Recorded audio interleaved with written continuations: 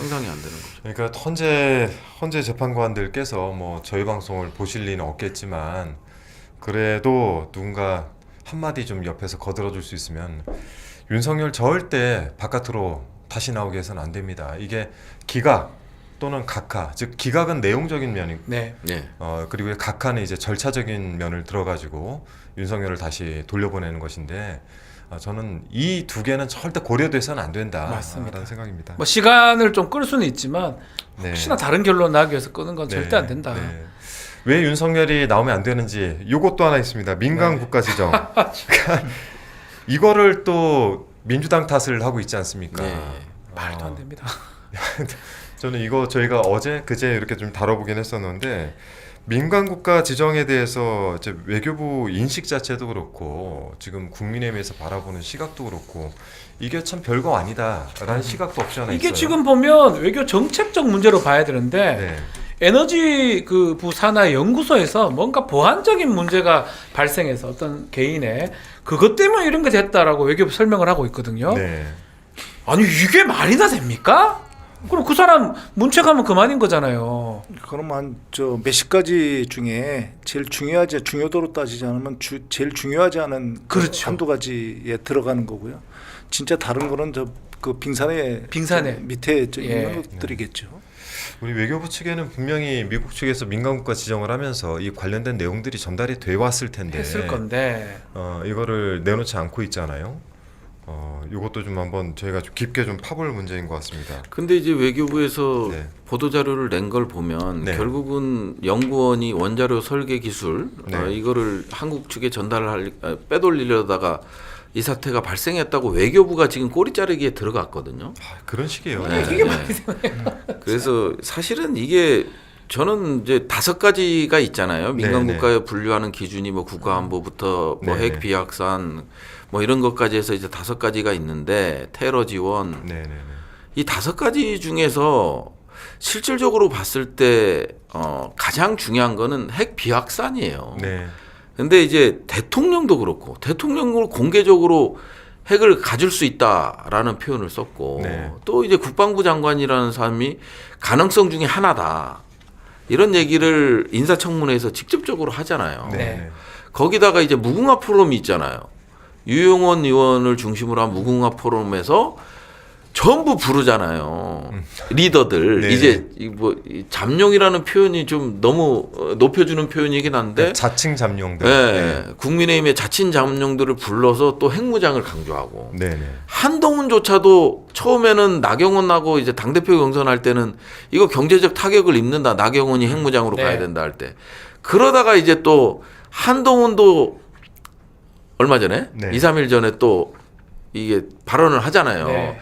핵무장은 핵 잠수함. 네. 아니지만 핵 잠재력 전 단계까지는 가야 된다. 핵 추진 잠수함. 예, 예, 이런 얘기도 하고 이런 얘기들을 했기 때문에 상당히 그분들이 좀 생각을 좀 하고 얘기를 했으면 좋겠어요. 제가 네. 이걸 전 국정원에서 좀 다뤄본 문제거든요. 그러세요? 네. 왜냐면 저희가 그때 여기에 대해서 그렇게 저희 민주정부에서 민주당 정부에서 그렇게 예민하게 반응하면서 이걸 갖다 얘기를 못하게 하는 것이 미국은 아주 간단합니다.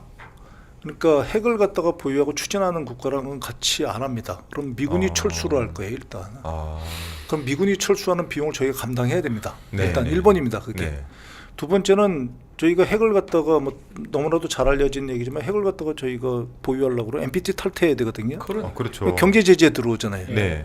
경제 제재를 갖다가 극복하고 저희가 이거 개발했다고 치고요. 네. 뭔가 북한 보면 됩니다. 뭐 망해보잖아요. 북한 보면 됩니다. 그냥 예. 저 뭐 지원이 안 되는 나라잖아요 전혀. 네. 그런데 어쨌든 했다고 치고요. 네. 했다고 치고 저희가 그럼 이제 핵 개발했으니까 저희 이제 경제 제재 좀 풀어주세요 그러면요. 이 핵을 폐기해야 경제 제재를 풀어주거든요. 네. 네. 폐기할 핵을 갖다가 왜 개발을 하냐고요. 그러게. 우리는 더군다나 북한이랑 비교도 안 되는 국제 국가거든요. 네. 국제사회 국가거든요. 그럼 밖으로 나가질 못해요. 음. 간단하게 얘기하면은 북한이 93년에서 96년이 고난의 행군, 뭐 91년부터 96년 고난의 행군 시대인데 그때 100만이 죽어요. 네. 공식적으로만. 근데 어. 비공식적으로 300만 원 굶어 죽었거든요. 네. 우리나라가 만약에 망하면은요. 네. 우리나라 인구도 더 많습니다. 망하면 저희 나라는 절대로 남미나 네. 동남아 국가가 되지 않습니다. 그 국가들은 근본적으로 먹고 살 수 있어요. 그렇죠. 자원도 우리나라는 큰 거. 망하면 북한이 되는 겁니다. 그래 똑같잖아요. 예, 우리나라 상황이. 자금률이 예. 20%밖에 안 돼요. 섬뜩하네요. 북한이 되는 겁니다. 그리고 몇백만이 굶어 죽는 거 각오해야 된다니까. 지금 들어보면 네. 핵을 가진다는 망상을 계속적으로 지금 네. 하니까 북한에 미국에서 걱정되니까 민간 국가로 지정한 거 아닙니까? 이 와중에 군 출신이죠. 임종득 의원. 네. 네. 여기가 내일 예, 핵 대응 전략 세미나 왜 저래요? 이거 하는데 대수장도 옵니다 이번에. 네. 근데 이 세미나에서 핵무장 1000만인 국민서명운동 추진 토의를 한답니다. 무슨 생각이 있는 겁니까? 그냥 다른 얘기 다 빼버리고 그냥 그 지지자들한테 그냥 보여주는 앞에만 알려주는 거잖아요. 이게 우리가 지금 할 사실은 수가 있습니까? 예, 사실은 핵무장이라는 게 결국은 이 여론 자체가 상당히 70%를 넘어요. 네. 이제는 네. 76% 최고치가 76%까지 갔는데 네.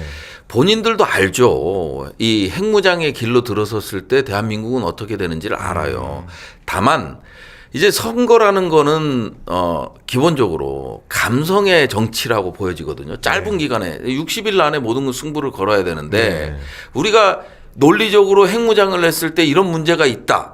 이건 전문가들이나 관심을 갖고 있는 사람들이 생각하는 거지. 네.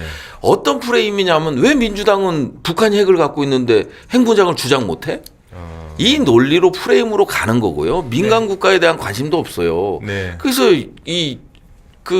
지금 뭐 홍준표 대구시장이 MPT 탈퇴해야 된다 이런 얘기를 하는 게 네. 홍준표는 모르겠어요.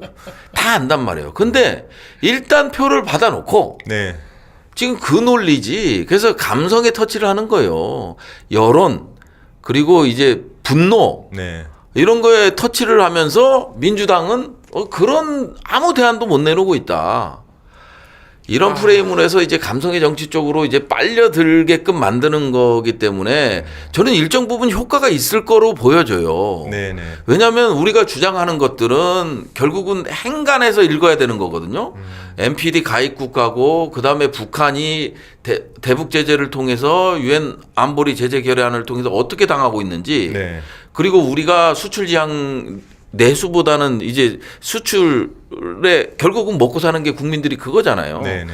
돈이 도는 게 그거고 그러다 보니까 이런 것들을 설명을 할 수가 없는 시간적으로 할 수가 없어요. 네. 그렇기 때문에 국민의힘은 대선 전략으로서 이거를 강하게 푸시를 가는 거거든요. 그런 것 같아요. 그게 저 얼마나 그 일부 군 출신들이 얘기하는 게 모순적이고 이 신문 그러니까 조선일보에서 나왔죠. 핵 추진 잠수함을 서둘러 건조해야 네. 그렇죠. 네. 저런 것들이 얼마나 위험한 얘기냐면요. 핵 추진 잠수함 오케이 좋습니다. 뭐 핵 재처리 시설 뭐 네. 오케이 좋습니다. 다 좋은데 선우가 틀렸어요. 맞아요. 왜냐하면 그 문재인 정부에서 우리 그 군에서 가장 염원했던 그리고 우리나라 국방을 갖다 근본적으로 바뀌는 게임 체인저가 하나 한 성과가 있는데 저는 문재인 정부의 사석에서는 문재인 정부의 최고의 업적이라면 저는 이걸 듭니다. 뭔가요? 한미 미사일 사거리 지침을 폐지를 했어요. 네네네. 그게 얼마나 큰 거냐면요. 네. 탄도 중량이랑 탄도 거리를 갖다가 그렇죠. 없애버린 거거든요. 우리나라가 실제 미사일 기술은 좋다라는. 세계 3위입니다. 네. 2, 3위의 국가입니다. 미국 다음으로 우리나라가 네. 한다고 줄 정도로 좋고요. 실제 그때 21년 그 5월인가요? 5월에 그 지침을 갖다가 폐지를 했는데 9월달에 현무 5를 갖다가 저희가 공개 시연을 합니다. 네네. 근데 그게 핵폭탄에 맞먹는 중량을 가진 폭탄이에요. 그래요. 그러니까 핵만 안 가지고 있지 네. 우리가 그 정도를 갖다 폭발력 가질 수 있는 자체가 나라거든요. 어마어마하구나. 네. 그리고 핵 추진 잠수함 맞습니다. 근데 핵 추진 잠수함을 그때 가지려면 핵 처리에 대한 공감대가 형성돼야 된다니까요. 그렇죠.